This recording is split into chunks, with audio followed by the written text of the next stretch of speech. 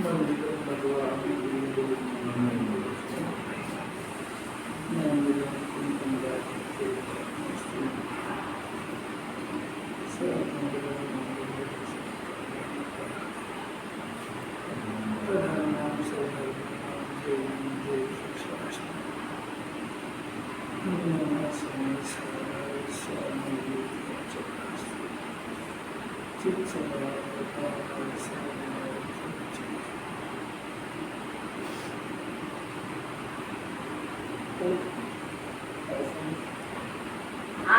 आगम और तत्वों की श्रद्धा से सम्यक्त होता है, जिसके समस्त दोष दूर हो गए हैं, ऐसे सकल गुणमय पुरुष का आपके श्री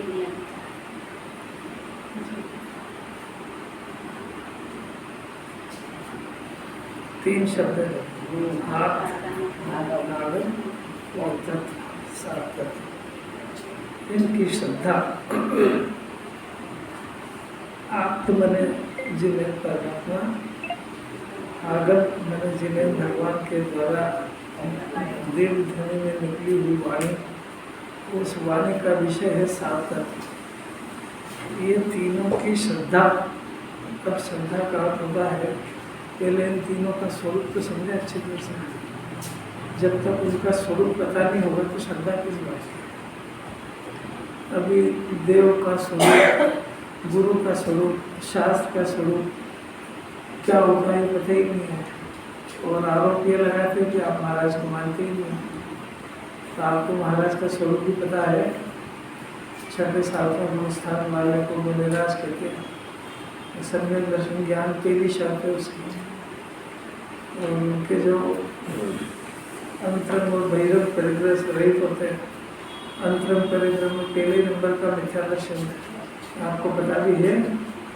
तो जिसको स्वरूप का पता नहीं उसको श्रद्धा कैसे होगी? स्वरूप का तो श्रद्धा हो पहले, ये पहली शर्त है।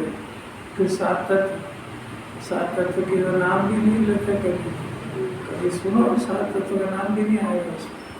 जीव अजीव अष्टवंश क्या होता है? फिर उनका द्रव्य स्वरूप, भाव स्वरूप, अध्ययन चाहिए उसको, उसका स्वरूप में बिल्कुल पारंगत हो, एक्सपर्ट। उसके बाद ऐसे ही होते हैं, ऐसी श्रद्धा होगा।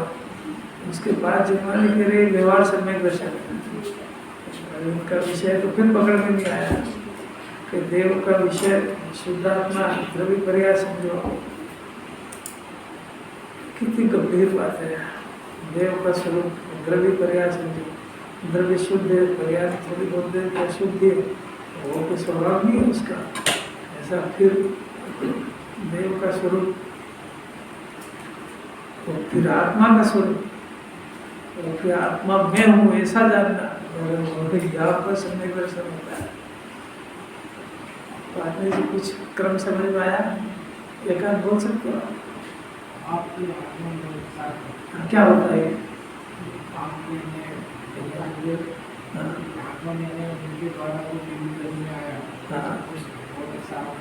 हाँ, इनकी श्रद्धा, तो इनकी श्रद्धा में इनकी डिटेल जानकारी होना चाहिए कि नहीं?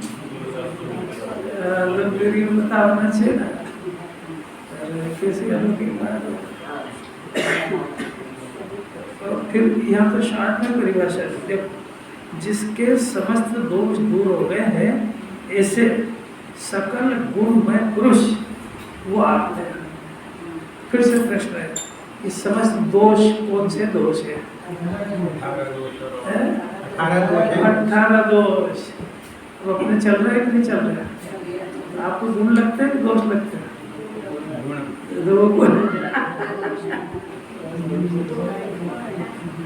पहली बात तो 18 दोष के पता नहीं, नाम भी नहीं पता है, गजब हो गया। अब वो नाम हो, फिर वो अपने चल रहे हैं कि नहीं दूसरी बात, और फिर चल रहे तो फिर अपनी परिणति को टटोल कि ये अपने को गुण लग रहे हैं कि दोष। और जब हमको गुण लग रहे हैं तो हम इनके अभाव के प्रयत्न काहे को करेंगे? हमको तो हम इसका अभाव का प्रयत्न जब करेंगे जब हमको दोष लगेंगे, और जब हमको दोष लगेंगे तो हम ऐसा ढूंढेंगे कि ऐसा कौन सा जीव है जिसके पर्याय से सब दोष खत्म हो गए। तो वो जिन्हें भगवान का नाम हो ही नहीं सकता है। तन्मति के तो देव को ही भोग लगाते हैं। कितना अज्ञान है। अगर ये तत्व अपने हाथ में नहीं आया होता तो वही करते जो सारी दुनिया कर रही है। अभी तो बात ये है कि सौभाग्यशाली तो जैनी है जो इस मार्ग में आया है और जिसको ये सारा वस्तु स्वरूप जानने का अधिकार है पूरा। बस भाग्यशाली वो है, दुर्भाग्य अभागा वो है जिसको ये आने पर भी एक एबीसीडी भी नहीं पता है, 3 कषाय का नाम नहीं पता, 3 कषाय अभाव रहित मुनिराज होते हैं। कैसे कहाँ है बंदे, अपने तो बात बहुत ऊंची चल रही है। फिर उन्होंने शब्द ही जगत के अंदर प्रकृति का स्वभाव और जीव का स्वभाव अद्भुत बात है, अद्भुत अलौकिक। यहाँ तो ये गुरुदेव का पैटर्न तो कोई गजब का ही है। देखो भावार्थ तो जरा पढ़ो ना एक जरा कुछ। इस गाथा में यह नियम बताया है कि अज्ञानी कर्म फल का भोक्ता ही है। यहाँ अभव्य का उदाहरण युक्त है। जैसे अभव्य का स्वयं यह स्वभाव होता है कि द्रव्य सुख का ज्ञान आदि बाह्य कारणों के मिलने पर भी अभव्य जीव शुद्ध आत्मा के ज्ञान के अभाव के कारण कर्मोदय को भोगने के स्वभाव को नहीं बदलता। इसलिए इस उदाहरण से स्पष्ट हुआ कि शास्त्रों का ज्ञान इत्यादि होने पर भी जब तक जीव को शुद्ध आत्मा का ज्ञान नहीं है अर्थात अज्ञानपन है, तब तक वह नियम से भोगता ही है। नियम की बात कर रहे हैं, जिन्हें भगवान ने दीर्घ दिन में नियम करा है। क्या नियम करा है कि जब तक ये जीव अज्ञानी है, अज्ञान किसको कहना, कल परिभाषा आ गई, किसी को याद तो हो शुद्धात्मा की ज्ञान। हाँ करते हैं उसमें ऊपर लिखी हाँ, शुद्ध आत्मा के ज्ञान के अभाव के कारण अज्ञानी। अब अपने को देखना चाहिए कि अपन अज्ञान है कि ज्ञान। शुद्ध आत्मा का ज्ञान, इसका अभाव जिसको है एक बात। अब ज्ञानी बनने के लिए क्या करें, क्योंकि जिनवाणी के अंदर शब्द डाल कि ज्ञानी ही मोक्ष मार्ग पे चलता है और ज्ञानी ही मोक्ष मार्ग का अधिकारी है। और मोक्ष मार्ग का ज्ञानी जिनवाणी उसी को कह रही है जिसको शुद्धात्मा का ज्ञान हो गया। अब दूसरी शर्त है कि शुद्धात्मा का ज्ञान अभोगी जीव भी 11 पढ़ने कर लेता है, फिर क्या करती रहेगी। आपने जो कहा तो सही, शुद्धात्मा का ज्ञान नहीं होने से ज्ञान नहीं, उसने कर लिया कि शुद्धात्मा का ज्ञान तो कर लेता है, और ये शुद्धात्मा में हुए से ज्ञान नहीं करता है। और यहाँ भी ये गलती ये स्टार्ट करता है, आत्मा की सब बातें बताए गए, आत्मा ऐसा है, आत्मा ऐसा है, आत्मा ऐसा है, मैं ऐसा नहीं समझता। बोलना सीखने से नहीं होता कुछ। मैं ऐसा हूँ, मैं परमात्मा हूँ, ऐसा श्रद्धा कर। आप ऐसा श्रद्धा करने का निश्चय करने के बाद क्यों कहते हो आप? तो इसलिए कहते हैं कि जो अपने पास जो ज्ञान है वो ज्ञान नहीं हुआ करता, अपने अज्ञान से ज्ञानी करने की मेथड सीखना है ना कि शास्त्र पढ़ने दूसरे को सुनाना है। जो अपने पास जो ज्ञान है, ये ज्ञान प्रकृति के स्वभाव में जुड़ रहा है, यानी कर्म के उदय में जुड़ रहा है। यानी शरीर है प्रकृति का फल है, मैं शरीर हूँ, मैं रागी हूँ, मैं राग का करता हूँ। 3 बात पकड़ में आई। मैं बना इसको स्थापित कर लिया, प्रकृति के स्वभाव में जुड़ गया है। अब देखो आपको गुरुदाचार्य की स्टाइल, गुरुदेव की स्टाइल देखो, इतना हो गया, इतनी घटना तो मंजूर है, अपने साथ घट गई कि नहीं घट गई, और कोई समझ में भी आ रही है कि नहीं आ रही, घट गई, और अपन इस दुर्घटना में फंस गए। अब जिनवाणी क्या करेगी कि ये घटना हो गई, इसका रोना बंद करो। प्रकृति का स्वभाव वो कर्म के उदय की प्रॉपर्टी है, क्षणिक है, नाशवान है। आत्मा ज्ञान स्वभाव शाश्वत पुंज है, और ज्ञान की पर्याय की विशेषता सुनो कि ज्ञान की वर्तमान ज्ञान की व्यक्त पर्याय जो अभी शुद्धात्मा में से निकल रही है वो भी मिथ्या नहीं हुई है, सिर्फ तुम्हारे कारनामों से उसके ऊपर एक आरोप दे दिया कि मिथ्या है। क्योंकि मिथ्या तो जब हो जब उसके अंदर वो प्रकृति का स्वभाव यानी वो शरीर में जुड़े और वो राग में जुड़े और राग का कर्ता हो जाए तो मिथ्या ज्ञान हो। बात समझ नहीं? ज्ञान जिस समय भी उल्टे काम कर रहा है उस समय में कर नहीं रहा, उसको सिर्फ भ्रम हो गया है। अरे क्या अद्भुत बात है, ये है गुरुदेव की स्टाइल। ये प्रकृति के स्वभाव जुड़ गया, रोना बंद कर दो। ये किसी रोग हो गया, उस रोग को बार बार रोने से रोग बढ़ता है, खत्म नहीं होता। कैसा दिया एक समय का थोड़ा सा हो गया है तो उसका छोटा सा ज्ञान कराया उसमें, अब उसको रोने से रोग दूर होएगा क्या? क्या शुभ संदेश मिला आज सुबह सुबह कि प्रकृति के स्वभाव में जीव यानी ज्ञान आज तक नहीं जुड़ा है, जुड़ने का भ्रम हो गया इसलिए इसमें लिखा है। अगर जुड़ जाता तो वस्तु का नाश हो जाता, क्योंकि ज्ञान अगर राग में जुड़ जाता तो ज्ञान रागी हो जाता। जुड़ा मैंने वो राग इसमें आ गया, या तो ज्ञान राग में चला गया, राग ज्ञान में आ गया। ये अगर जुड़ जाता उसमें शरीर में तो ज्ञान जड़ हो जाता और यहाँ पे शरीर चेतन हो जाता। कैसी अद्भुत बात है। चिंतन की धारा मिल जाए उसको तो गजब हो गया। ओह मुझे तो इन बातों की खबर ही नहीं, ये करता क्या हुई है? जिम्मेदारी नहीं मिली तो बेचारा ये नहीं करे तो करे क्या? सारी दुनिया मिलती है ऐसी है। तुम बीमार हो गए हो, तुमको ध्यान रखना चाहिए। अरे मर गया ना बीमार होता है ना ध्यान रखना ठीक होता है।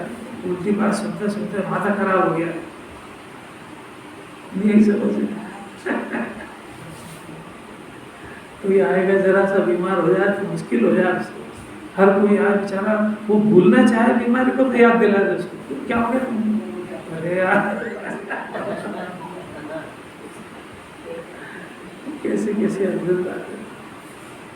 स्वभाव से उठाया क्या होता है? प्रकृति में सवार कर्म का उदय है, उसमें क्या हो गया? नफो ना कर रहा है उसमें। प्रकृति का स्वभाव है, शरीर भी है, और होने के परिणाम भी है, कोई बात नहीं। ये परिणाम भी है, वो जीव अज्ञान दशा में इनका कर्ता भी बन रहा है, इनका स्वामी भी बन रहा है, मंजूर है। पर अब ये बीमारी है ना, जिन्हें भी मान कर ली ये नहीं है तो फिर बीमारी मंजूर नहीं है, बीमारी का पता ही नहीं है। पर अब इलाज की बात करो। इलाज की बात ये है कि ज्ञान अपना तीनों काल स्वच्छता की मूर्ति, आनंद की मूर्ति, ज्ञान स्वाभाविक आत्मा को तीनों काल पवित्र है। इसका नाम मैं परमात्मा हूँ। नक्की करो ऐसे नक्की नहीं है, तो नक्की नहीं है तो उल्टा क्या है कि प्रकृति के स्वभाव में जुड़ा ये उल्टा है कि ठीक है, पर ऐसा नक्की करो कि जुड़ने के काल में भी नहीं जुड़ा है। फिर आपने जुड़ना क्यों लिखा कि जुड़ना तुम्हें ऐसी घटना हुई है तो तेरे को भ्रम हो गया है कि मैं जुड़ गया हूँ, तो तेरे भ्रम को लिखा है इसमें कि जुड़ा है। बात समझ में आ रही क्या? जुड़ जाता तो तुम वस्तु ही खराब हो जाती है।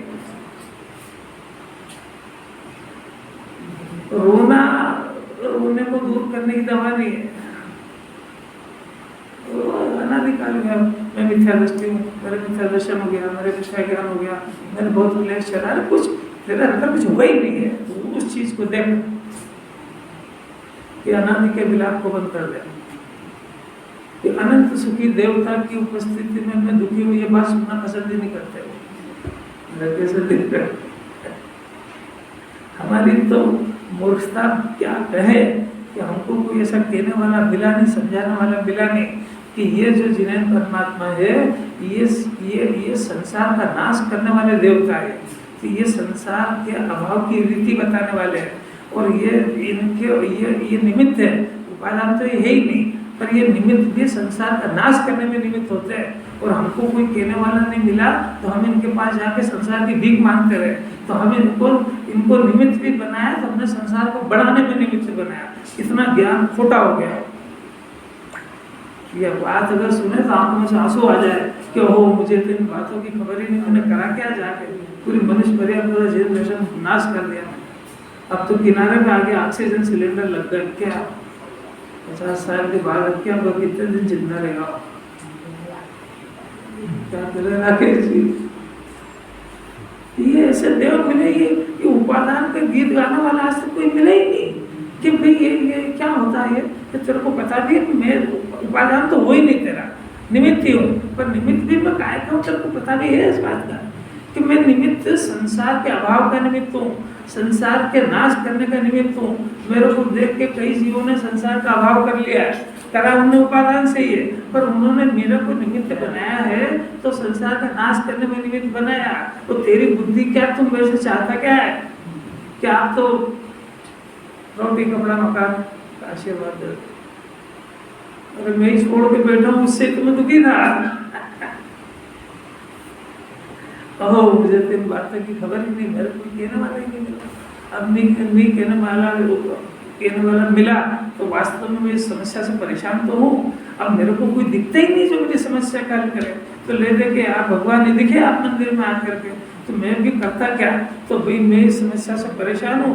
तो मेरे को लगा 3 लोग में सब आपकी पूजा करते हैं तो कुछ मानते ही होंगे, तो फिर मैं भी मानने आ गया कि भाई मेरी ये समस्या है, बीमार है, घर पे बीमार है, आजीविका नहीं है, शरीर में रोग है, तो आप दूर कर दो। अब ये कुछ कहने वाला मेरा क्यों, क्योंकि शास्त्र पढ़ना बंद कर दिया। धर्म के ठेकेदारों ने कभी किसी को नहीं कहा कि तुम जिनवाणी का स्वाध्याय करा करो, ये महापुरुष हुए जिन्होंने कहा जिनवाणी सामने रखो, जिन्होंने जिनवाणी खुलवा दी, इसलिए पुरुष कहते हैं इनको। ये जिनवाणी बंद हो गई थी और उन्होंने ज्ञान ने खोल दिया कि आपको ज्यादा हमको पढ़ना नहीं है, आप जो बोल रहे हैं उसका अर्थ आपको पता होना चाहिए, बस खत्म बात, आपको मोक्ष मार्ग आपके हाथ में आ जाएगा। इतनी सरल, जो कुछ भी आप बोल रहे हो, आप एक स्तुति बोल रहे हो, नमो इंसान बोल रहे हो, पंच जो कुछ भी बोल रहे हो, पढ़ा तो बहुत अच्छी बात है। अब क्या करें, ऑक्सीजन पे तो चली रहा, क्या इसको पढ़ने का, क्या मरी जाए भाग जाए, क्या करेगा। जीव की कंडीशन तो देखो, आर्थिक पारिवारिक परिस्थिति अच्छी नहीं, पाप का उदय ज्यादा है, बुद्धि समझ में आती नहीं। अब आप कह लो उसको शायद पढ़ो, इतना याद करो, तो आना ही बंद कर देगा। आप उसको कह दो कि देख ये त्याग कर, ये त्याग कर, तो आना ही बंद कर देगा। अरे बेचारा उनके से तो पेट भर रहा है, और दूसरी बात है कि उसको खाने में सुख बुद्धि है, और तुमने अगर ये 2 धारा शुरू कर दी तो आएगा ही नहीं वो। कितना सरल कर दिया, एक शब्द समझे तो ध्यान हो जाए। तू नमो निरंतर में बोल रहा है ना, तो तेरे को उसका अर्थ बता दीजिए, तेरा ज्ञान दर्श खुल जाएगा। काय के लिए इनको नमस्कार करा, कारण बता।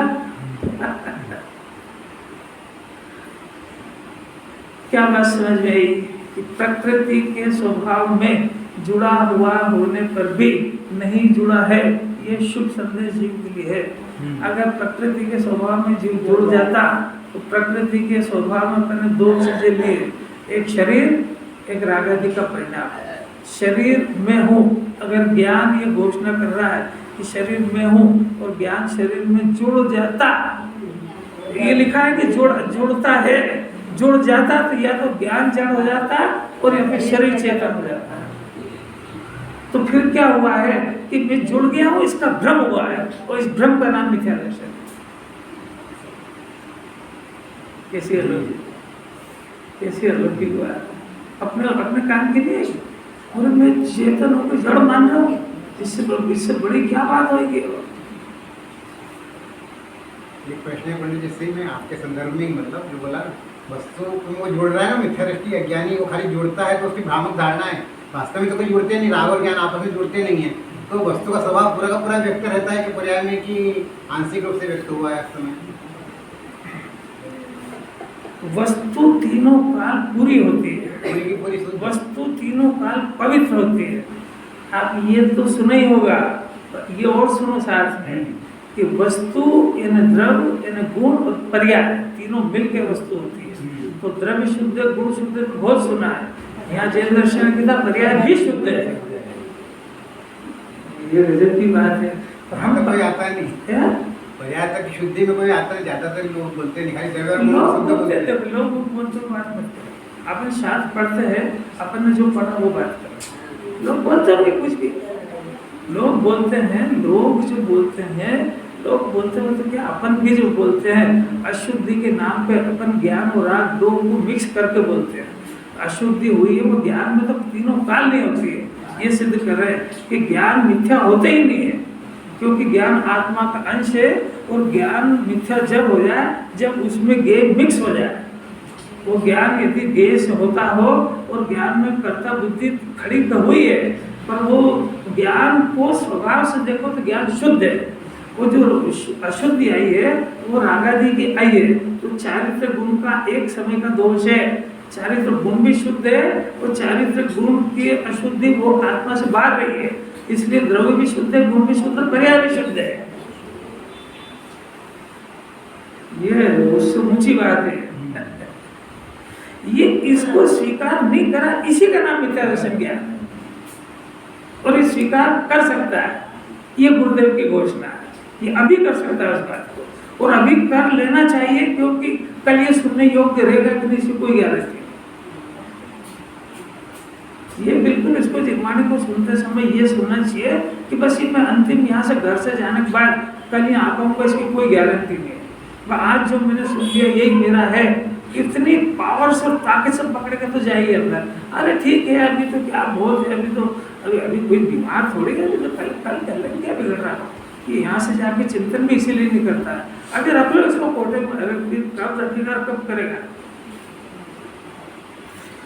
ज्ञान में अशुद्धि इसलिए नहीं होती है कि आत्मा तो शुद्ध है, तो मैंने सुना ही है, यानी द्रव्य में कोई भी परिवर्तन नहीं होता इसलिए शुद्ध है, द्रव्य में कोई मिलता नहीं है इसलिए शुद्ध है।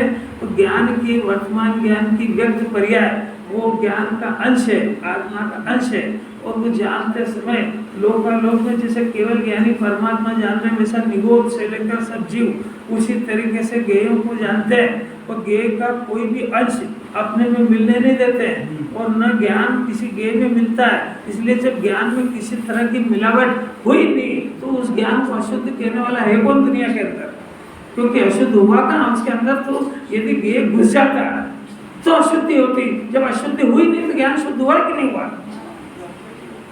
हमने ये बात नहीं मानी है, ये बात सत्य है। हमने एक आदमी झूठ बोला है, ये बात सत्य है, पर झूठ सत्य हुआ नहीं है। नहीं, बात समझ, ये झूठ बोला है ये सत्य है, पर झूठ हुआ क्या? तो इसने अपने ज्ञान को, जिनवाणी में लिखा है ना, तो उपादान से पढ़ना है ही नहीं ना इसको। उपादान से न पढ़ता है न उपादान से सोचता है। जब देखो जब दो द्रव्यों को मिलाकर देखता है, जब देखो दो, जैसे कोई बीमार हुआ कौन से डॉक्टर को दिखाया, दो द्रव्य, कौन सी दवा चल रही है, कि क्या परहेज करूं, दो द्रव्यों को मिलाकर सोचता है नहीं कर रहा। धन आ रहा है तो क्या धंधा करते हो, क्या व्यापार करते हो, कौन सी सर्विस करते हो, उससे आता है, यही मानता है ना। जो मानेगा वही निकलेगी अंदर से।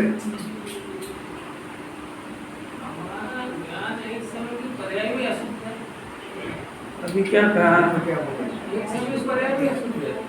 अभी क्या कहा, सुनते ही नहीं। वो पर्याय शुद्ध, अभी पहले सब गुणों की पर्याय को मिक्स मत करो।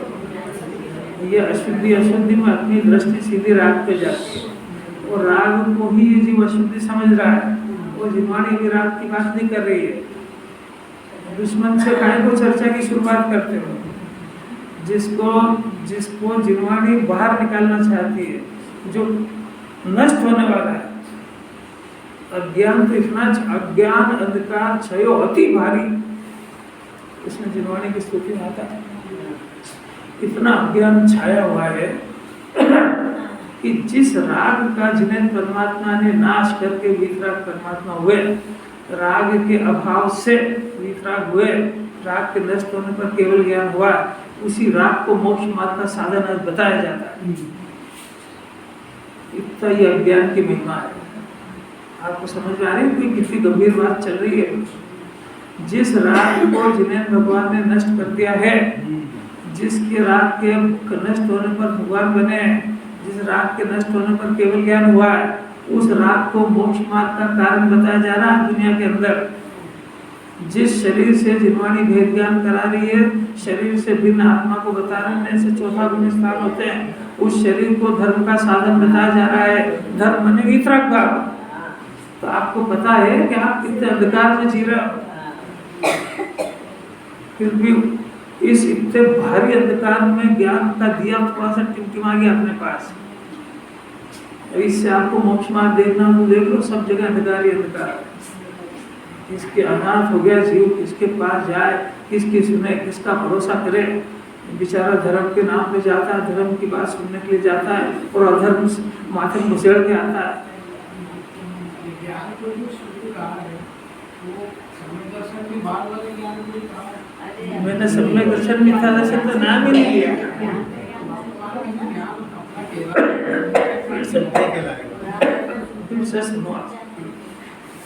इसका अर्थ है कि थोड़ा सा उपयोग को जितना लगा है ना, उससे ज्यादा ताकत से लगा। मैंने मिथ्या दर्शन समय दर्शन का तो नाम लिए ही नहीं। जो ज्ञान वर्तमान का व्यक्त हो रहा है उसको शुद्ध कैसे सिद्ध किया, ये मैंने कराया। फिर से करता है कि आत्मा तो तीनों काल शुद्ध है, यानी द्रव्य क्यों शुद्ध है कि द्रव्य में कोई परिणमन नहीं होता है। अशुद्धि वहाँ होती है जब परिणमन होता है, तो इसलिए द्रव्य शुद्ध है। सबके लॉजिक दे रहे, कारण से दे रहे, खाली रटने का नहीं कह रहे। द्रव्य शुद्ध क्यों है? मोह परमात्मा में नक्की करो और फिर नक्की करो, निश्चय करो। तो इसलिए करो कि आत्मा यानी जो इसका त्रिकाल हिस्सा है, द्रव्य है, उसमें किसी तरह का कोई परिणमन नहीं होता है, किसी तरह कोई परिवर्तन नहीं होता है, इसलिए वो कुटस्थ है, इसलिए उसके अंदर किसी चीज का प्रवेश नहीं हो पाया। इसलिए वो अनादि से अनंत काल तक, चाहे वो अपने को आत्मा माने चाहे नहीं माने, चाहे निगोर में रहे चाहे सिद्ध में, तीनों काल में शुद्ध परिपूर्ण तत्व हो। अब इसका तो इसको पता नहीं, भले ही पता नहीं होने से कोई चीज का अभाव नहीं हो जाता, तो वो चीज तो है। एक बात, अब हमको उसको उसकी श्रद्धा करना है। पुरुषार्थ ये है कि जो चीज देखी नहीं, जानी नहीं, पहचानी नहीं, जिसका परिचय नहीं है। अब जैन धर्म भी क्या गजे पे कुंदाचार के आत्मा की श्रद्धा करो। अरे पर आप हमारी भी तो परिस्थिति समझो कि हमने वो चीज़ देखी नहीं, जानी नहीं, कई दुनिया में चर्चा नहीं होती है, आप कहते हो कि उसको आत्मा हो ऐसा मानो, तो हमारी भी तो सुनो, कोई बात नहीं। केस इतना टिपिकली है, इतने नहीं मानी नहीं देखी, ये बात सत्य है। परंतु इस चीज को ढूंढने के लिए कोई ना कोई लक्षण होना चाहिए। तो ये ज्ञान का पिंड है, तो एक ज्ञान का लक्षण अवश्य होना चाहिए। तो देख तेरे अंदर जानने की जो व्यक्ति जो जानना उत्पन्न हो रहा है, ये जरा शांति से सोचे कि आ कहाँ से रहा है। ये क्या शास्त्र से आ रहा है, कि घड़ी से आ रहा है, कि मूर्ति से आ रहा है, कि गैस से आ रहा है, कि अखबार से आ रहा है, कि टीवी से आ रहा है, कि बच्चे से आ रहा है, कि आ कहाँ से रहा है क्या? क्योंकि खोज किस बात की चल रही है? मन के लिए आत्मा में हमेशा श्रद्धा करो। आत्मा हम जानते नहीं, तो आचार्य से कह रहे हैं कि आपको विधि तो बताओ कि भाई एक लक्षण बताते हैं अंदर, लक्षण से लक्ष्य की प्राप्ति होती है, सिद्धांत है। लक्षण से वस्तु की प्राप्ति होती है। ये दिन उठ गया, आपने कैसे जाना? उजाला हो गया, सूर्य प्रकट हो गया, दिन उठ गया, तो कोई लक्षण दिखा ना आपको। रात को 4 बजे उठ के तो नहीं कहा आपने कि दिन उठ गया, अभी तो रात है। तो आपके पास लक्षण है ना, तो आप हर काम लक्षण से ही करते हो। घर के अंदर सबके कपड़े अलग अलग है, तो अपने अपने लक्षण एक ही नहीं है।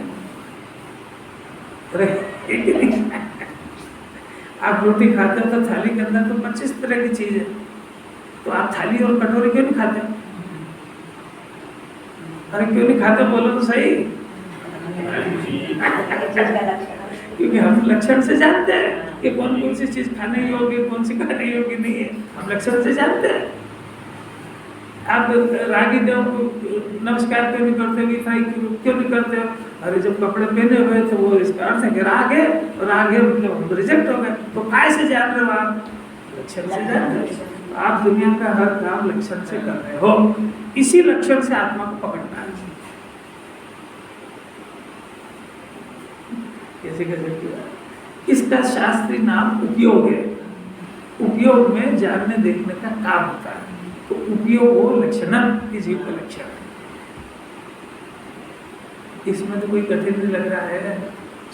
अब ये उपयोग यानी जानने देखने का जो एक प्रोडक्शन हुआ, अभी प्रोडक्शन हुआ तो आपने द्रव्य को तो शुद्ध स्वीकार कर लिया, पहले अभी भाषा में विकल्प नहीं हो, इस द्रव्य को शुद्ध स्वीकार कर ले, उसका नाम तो सम्यक दर्शन ज्ञान है।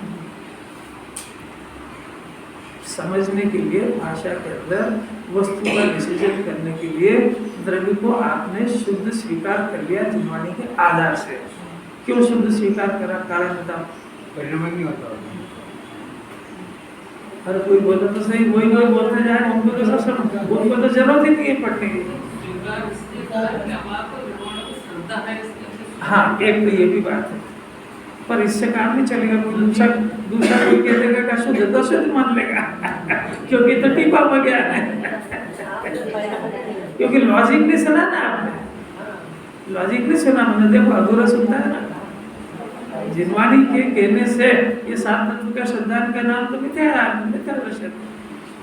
कोई लॉजिक सुना कि नहीं, बोलो किसने सुना। ये एक तो वस्तु परिणामी स्वभावी नहीं है, अपरिणामी, आत्मा का नाम अपरिणामी है। तो अपरिणामी है होने से जब उसमें परिणाम होते ही नहीं, इसलिए किसी चीज के प्रवेश की गुंजाइश नहीं है। वो तीनों काल एक जैसा रहता है, प्लस एक जैसी रहने वाली वस्तु कभी भी अशुद्ध नहीं होती है, क्योंकि परिणाम उसमें होता ही नहीं। अब दूसरी वस्तु का उसमें प्रवेश भी नहीं हो सकता, क्योंकि दूसरी वस्तु का भी प्रवेश जब हो जब इसमें परिणाम हो, इसलिए दूसरी वस्तु तो तीनों काल बाहर ही रहेगी। इसलिए आत्मा शुद्ध है। ये लॉजिक सही जिनवाणी की श्रद्धा करो, खाली कहने सुनने से नहीं। तो आप अपने आप में स्वीकार करो कि मेरे अंदर एक ऐसी चेतन धातु है जिसको जिन्हें परमात्मा अपरिणामी आत्मा कह रहे हैं।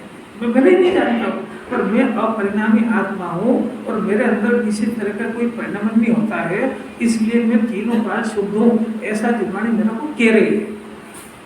मैं नहीं मानना हो तो बात है इसी, इसलिए चाह नहीं भटक रहा। अब इसको शुद्ध कैसे, इसी बात की सिद्धि कर रहे हैं कि भाई पहला लक्षण तो इसको ढूंढे कैसे कि इसका एक उपयोग हो लक्षणम, जिनवाणी नहीं कहा, तो इसमें एक उपयोग लक्षण। सब उपयोग क्या करता है कि वो जानता देखता है। तो उपयोग जो जानता देखता है, तो जैसा दीपक है तो दीपक की रोशनी आई, तो दीपक की रोशनी आई तो कुछ घी तेल फासले कुछ भरा होगा ना, जब भी जल रहा है कि बिना उसके जल रहा है, खाली बत्ती है कि कुछ उसका कारण भी है, कारण पड़ा हुआ है। वो कारण है जब तक कि दीपक जलेगा, वो कारण का नाम दीपक बंद, पर यहाँ नहीं होएगा ऐसा, क्योंकि आत्मा अनन्य है। इसका जो जानना लक्षण है वो तीनों काल रहेगा, वो तीनों काल है। ये नहीं जाने नहीं चाहे तो भी रहेगा, ये मरने का प्रयत्न करे तो भी इसका नाश नहीं होगा। ये तो एक लक्षण हुआ। अब दूसरी बात, ये जो लक्षण है, अब आपका प्रश्न है ये लक्षण भी अपवित्र हुआ कि नहीं हुआ।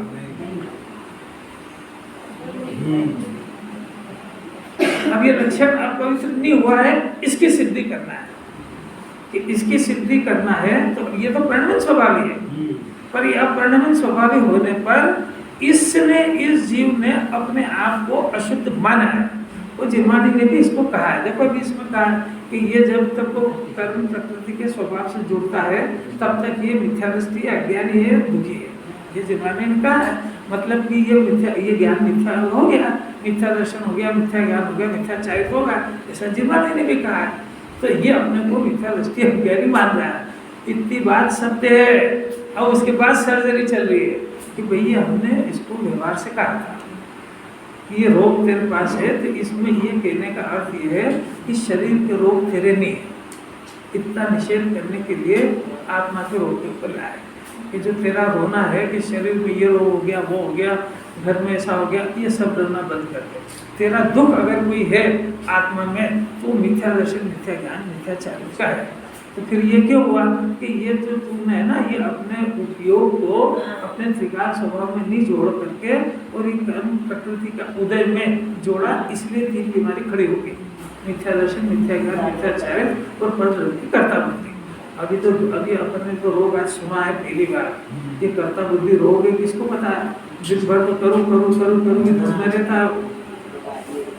अभी तो दोष समझना बहुत ताकत है, लगाओ ताकत, जिसको जितना जल्दी मोक्ष चाहिए उसे लगाओ ताकत। खाली हाँ करने से क्या होता है? यहाँ सुनता है कि जीव ज्ञाता है, माथा घर पे खराब हो जाता है, क्या क्या करना है क्या क्या नहीं करना, तुमने बिगाड़ दिया मेरे को ही करना, उसी दुनिया में तो रहता है। तो ये जितनी पढ़ के गया तो वहां तो नाश कर आया घर पे जाकर। बात समझ में आ रही क्या? दवाइयाँ मेडिसिन जब काम करेगी, जब बराबर उसके लायक परहेज होगा। अगर परहेज प्रॉपर नहीं हुआ तो दवाइयाँ सबको बीमारी खा जाएगी। आपको समझ में आ रही क्या? मिथ्या दर्शन, मिथ्या ज्ञान, मिथ्या चारित्र की बीमारी है, कर्ता बुद्धि का रोग है।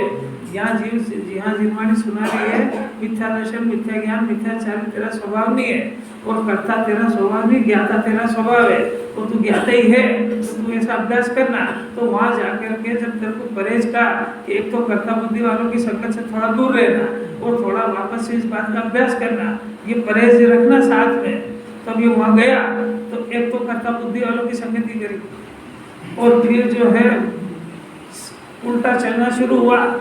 जिनवाणी जिसको बुलाना चाहती उसको फिर याद करा, और फिर पीछे से क्वेश्चन कर लिया, और साथ में अभी तो मैं गृहस्थी हूँ, अभी तो मैं अज्ञानी हूँ, अभी तो मेरा करना कर्तव्य ही सही, जब मैं तो ये छोड़ दूंगा तो ऐसा अपने आप को फिर उल्टा पड़ा लिया है। तो वो जितना यहाँ पढ़ाई थी ना मेडिसिन, वो तो सब नष्ट कर गया। इसीलिए वहाँ वो घर से यहाँ आता तो फिर कोरा का कोरा ही रहता है। शिकायत करता है आपको 40 साल हो गए, 20 साल, तू करता तो उल्टे का आ गए। क्या समझ में आए?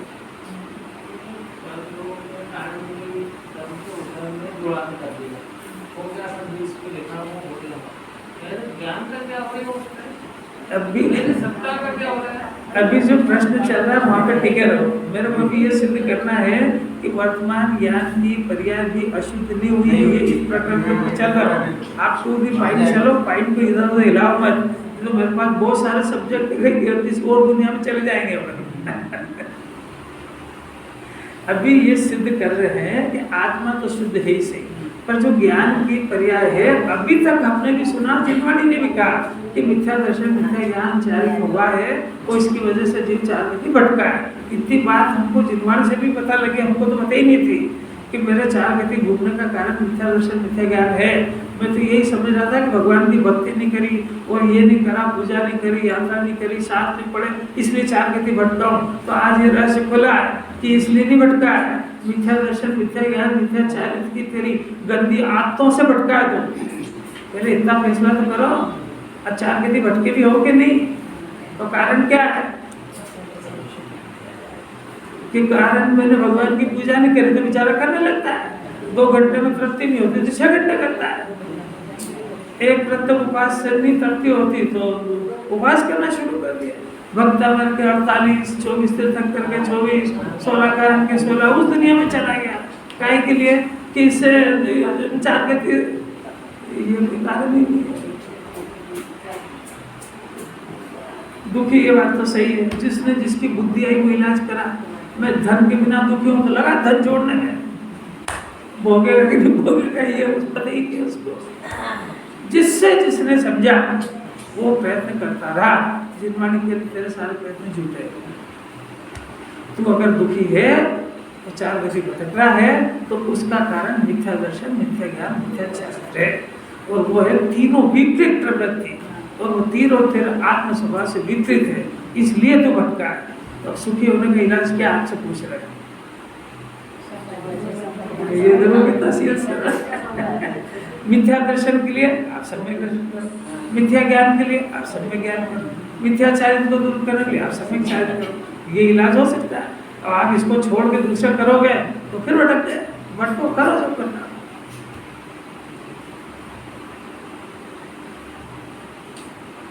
मोक्ष मार्ग प्रकाशक टोडर मंदिर में पुरुषार्थ से मोक्ष की प्राप्ति अंतिम प्रकरण, उसमें उन्होंने लिया कि ये द्रव्यलिंग में इतने तो साधन दिए कि वो विपरीत पुरुषार्थ है, और विपरीत पुरुषार्थ का फल सही नहीं आता है।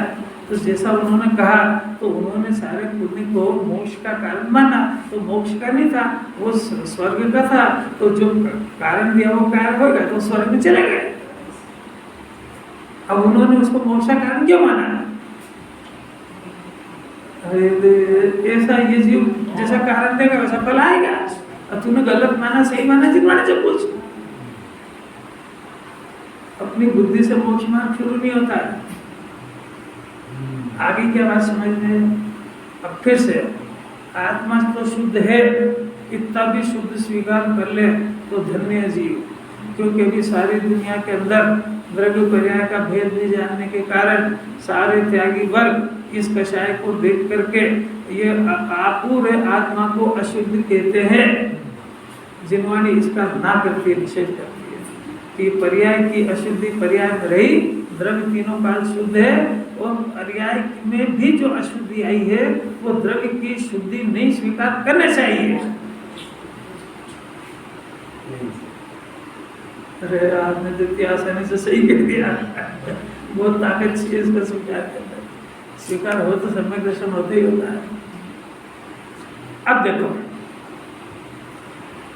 अब ज्ञान की लेबोरेटरी के अंदर उसको टेस्ट करते हैं कि जो आत्मा का जो जानने देखने का अंश उपयोग लक्षण, इसमें से जो जानना देखना प्रकट हुआ है, तो पहला कारण तो उपयोग यानी जानने देखने का जो परिणमन हुआ है वो परिणमन उस किसी द्रव्य से आता है, वो किसी घासलेट मासलेट इससे नहीं आता है। अगर किसी कारण से वो जानना हो तो कारण नष्ट होने पर उसका जानना बंद हो जाए।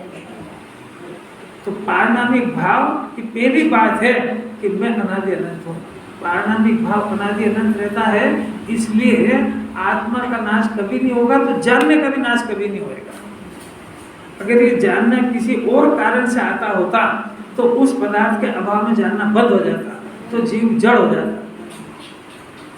तो ये आज तक चैतन्य इस बात का प्रमाण है कि जीव आज अगर जिंदा है तो अनादि से जिंदा है, और अगर अनादि से जिंदा है तो अनंत काल तक जिंदा रहेगा। कोई समझने में मजा भी आ रहा है कि नहीं आ रहा है? क्योंकि मिलेंगे नहीं है तर्क। एक बात। अब दूसरी बात कि अब इसके जानने के अंश को देखो, तो ये जानने का अंश जैसा निगोद का जीव जान रहा है वैसे ही सिद्ध भगवान जान रहे हैं। कितनी बड़ी ताकत है इसकी। निगोद के जानने वाले जीव में अपन तो बहुत अच्छी दशा में, अपन तो पंचेंद्रिय है, और पंचेंद्रिय में कितना टॉप मुमुक्षु है जो बिल्कुल केवल ज्ञान की बातें सुन रहा है, बहुत ऊंची दशा में। वो तो बेचारा क्या सुने, अन्यमति के तो बस की बात है ही नहीं है। अन्यमति क्या, जैनियों की बस की बात नहीं है। ये तो बहुत पात्रता वाले जीवों की बात समझ में आ सकती है, और सौभाग्य की बात है अपने पास इतनी पात्रता पक गई है कि अपने द्रव्य क्या है, गुण क्या, पर्याय क्या, परिणमन क्या समझ सकते हैं। इसका अर्थ है कि इसके मोक्ष मार्ग बहुत जल्दी प्राप्त होने के बीज डल चुके हैं। इसलिए अपने आप को हीना वीना मत देखो, काम कर लो अपना। जो वर्तमान ज्ञान का व्यक्त अंश खड़ा हुआ, ये अंश केवली की तरह जानता है। अब केवली का ज्ञान तो मैंने जिनवाणी से पढ़ा है, वो कैसा जानता है कि केवल ज्ञान जो है वो कोई लोकालोक को देख करके नहीं जानता है। वो केवल ज्ञान किसी गेय में घुस के नहीं जानता है, और केवल ज्ञान में कोई गेय आता नहीं है। इतना तो समझ में आया कि कैसे जाना, कि जिनवाणी से ही जाना है। अब इस मिथ्या ज्ञान का परिणमन देखो कि ये ज्ञान स्वभाव में से आ रहा है, नंबर एक। तो इसके ज्ञान में दूसरा पदार्थ अगर जानने में आया तो क्या ये ज्ञान में उस ज्ञेय से उधार लेकर के जाना है? आई समझ में? ज्ञेय से ज्ञान हुआ कि नहीं, कि निगोद के जीव को भी नहीं हुआ है। निगोद के जीव का भी जानना स्वभाव में से आ रहा है। दूसरी बात, केवली की तरह ये ज्ञान ज्ञेय के पास नहीं गया है। ज्ञेय अपने आप झलका इसके अंदर, ज्ञेय से कुछ मदद मांगी, ज्ञेय के पास गया, ऐसा बिल्कुल नहीं हुआ।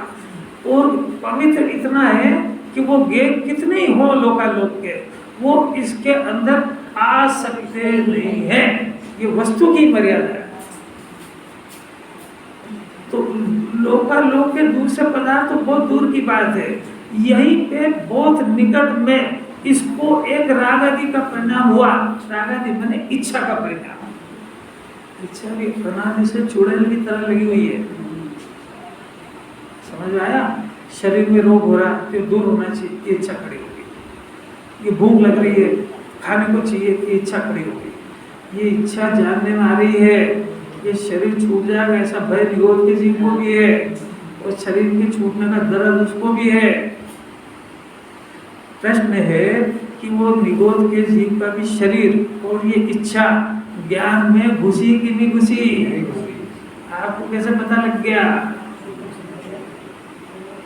केवली के आधार से पता लगा। अगर ये दोनों चीजें इसमें घुस जाती तो ये जीव का नाश हो जाता। ऐसी अपूर्व बात। किसको समझाने की बात चल रही है? अपने ज्ञान को, क्योंकि अपन अपने ज्ञान को मिथ्या ज्ञान मान रहे हैं। जब अपने ज्ञान को मिथ्या ज्ञान जान लिया ना तो मोक्ष मार्ग प्रारंभ नहीं कर पाएगा। ये अपने ज्ञान को सम्यक और सही जानो कि मेरा ज्ञान पवित्र है, तो मैं पवित्र हूँ ये घोषणा करो आज से। मैं बीमार हूँ और मैं रागी हूँ, ये स्वर बंद कर दो। इसका नाम है परमात्मा छू नक्की करो। ज्ञान का समय कैसे स्वीकार? यही तो बात है। यहाँ तो ये कह रहे हैं कि ये बात अगर निगोद का जीव स्वीकार कर ले तो वहाँ समय दर्शन ज्ञान हो जाएगा और वहाँ मोक्ष मार्ग शुरू हो जाएगा। ये बात अलग है कि वो करता नहीं और कर भी नहीं पाएगा। पर यहाँ इसने नहीं करा तो निगोद के जीव पर इसमें क्या अंतर है? इसमें अरे उसने तो सुना नहीं, सुन भी नहीं पाएगा क्योंकि उसके पास इतनी लब्धि नहीं है। पर इसके पास ये सब होने पर इसने क्या करा? ये तो 3 दिन से कह रहे हैं बात। अरे जो एक तो भूखा मर ही रहा है और एक कंजूस है, अब इसके सब भरा है पर वो खाता तो कुछ ही नहीं। तो दोनों में से किसकी भूख मिटेगी?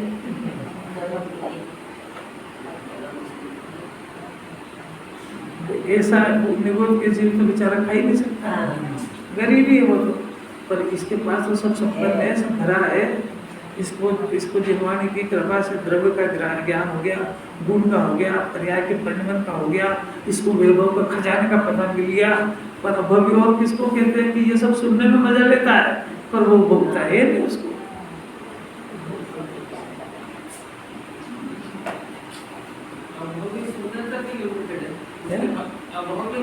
आप अभव्य भव्य की बात छोड़ दो, जो ये काम नहीं कर रहा वो अभव्य जैसे ही है।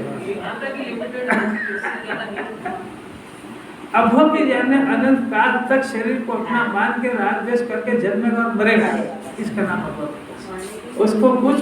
उसको अभी सारी दुनिया में देखो, कमाने और खाने के अलावा तीसरा प्रश्न ही नहीं उसके पास। कैसे कमाए और क्या खाए, हमारा स्टेटस स्टैंडर्ड इसी से मेंटेन होता है। ये नंबर 1 का मूर्ख है। स्टैंडर्ड और स्टेटस ये जिनवाणी के सुनने से बढ़ता है। सम्यक दर्शन, सम्यक ज्ञान ये रत्न है, ये प्राप्त होने पर इसका स्टेटस बढ़ता है। मुनिराज में पूज्यपना आता है, वो स्टेटस बढ़ा है उनका तो रत्नत्रय से बढ़ा है, पीछे कमंडल लेने से थोड़ी बढ़ा है।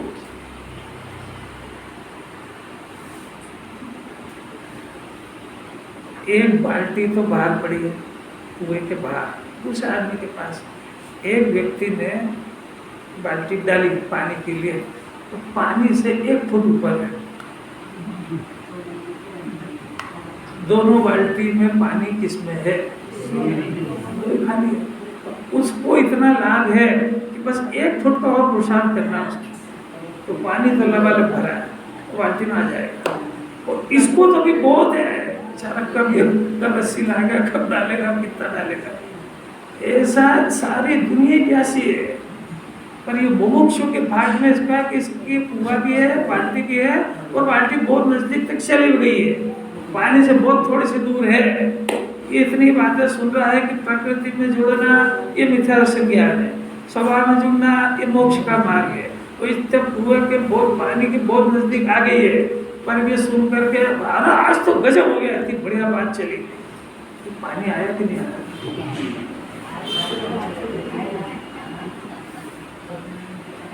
तो घर जाने के बाद तो बाल्टी फिर आ जाएगी बाहर।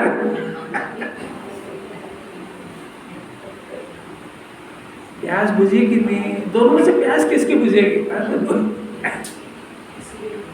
पर जब जब भी प्यास बुझेगी तो उसकी बुझेगी, क्योंकि बहुत सारी तैयारी कर चुका है।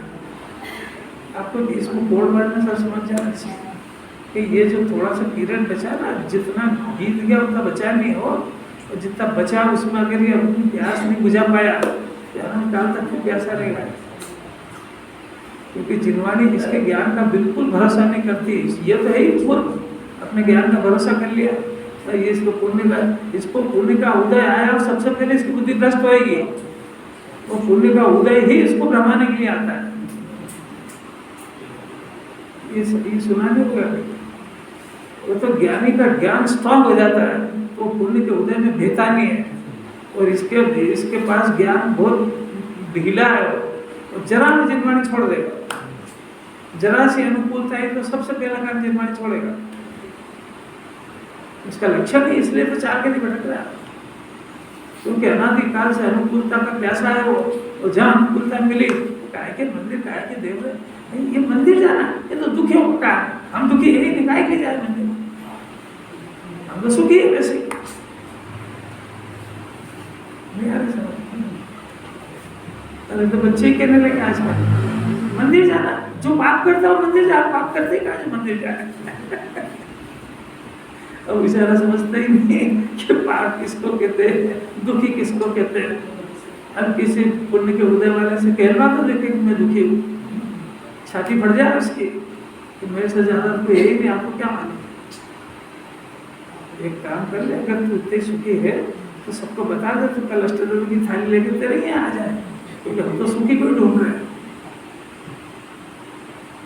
जो सुखी होता है ना, उसके सामने अष्टदल की थालियां लगी होती है, आई समझ। और जो पूजा कर रहे हैं ना, वो दुख दूर करने के लिए लगे वहाँ पे। और जब तू कह रहा है तब गौरव से कि मैं सुखी हूँ, मेरा कोई दुख नहीं है, तो फिर ले आए कर थाली। और क्या, हमको भी यही तो चाहिए। और क्या, भ्रम में मत रहना, अनुकूलता का उदय ज्यादा देर टिकने वाला नहीं है। अरे यार, घड़ी तो 10 बज गई, कितनी अमृत भरी बात है, मन ही नहीं भरता है इसमें। आधी लाइन तो पढ़ ले, अभी तो लोग बहुत सारे नाराज भी होते, पढ़ते पढ़ते तो कुछ है नहीं, मन से ठोका करते कुछ भी। ये नियम बताया, अज्ञानी कर्म फल का भोक्ता ही है। इतने से सुन लो और 2 मिनट बंद कर। ये जो ज्ञान है ना, कल ज्ञान की पवित्रता सिद्ध करें। ये ज्ञान जिसके साथ में एकत्वपना स्थापित करता है, ये ज्ञान जिसके ऊपर अपना अपनत्व दिखाता है, समझ में आया? ये उसका भोगता है और उसका करता है। तो ज्ञान चूंकि अनादि से अपने आत्मा को नहीं जानता है, तो इस राग को स्व जानता है। तो इस राग को स्व जानने के कारण वो नियम से इस राग का भोगता है। और जब वो जीव, जब उसकी जागृत हो जाए और जब वो अपने ज्ञान स्वभाव को जान जाए, यानी ये ज्ञान चाहते तो फिर क्या करें, मैं स्व से एकत्र ऊपर से विभक्ति गाता सुनाऊंगा तुमको। तो अगर ये ज्ञान ये होश में आकर के अपने ज्ञान से एकत्र कर ले, तो अपने ज्ञान और आनंद का भोक्ता होगा, दुख का ज्ञाता हो जाएगा। दुख उसकी डिक्शनरी में से निकल जाएगा। किसको कहते हैं दुख? सुख स्वाभाविक को दुख होता है, कहने में शर्म आती है। जैसा यहाँ करोड़पति को गरीब कहने में शर्म आती है।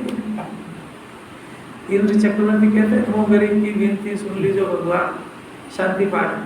तो इंद्र चक्रवर्ती तो अपने को गरीब कह रहे हैं और ये अपने को धनवान कह रहे हैं।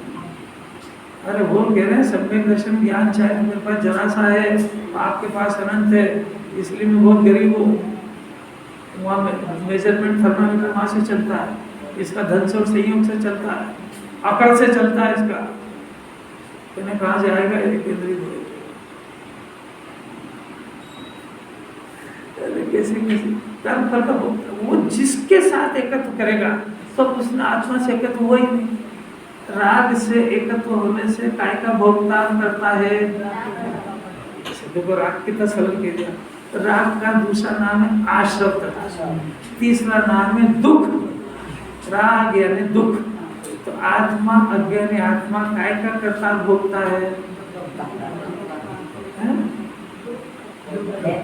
देखो सर डरते डरते बोल रहे अज्ञानी आत्मा दुख का ही करता है और दुख का ही भोगता है।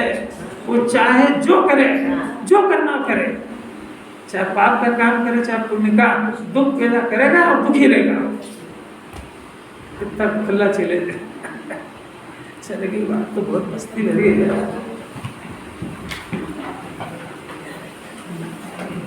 रामायणी के ज्ञान से सूझे लोकालोक,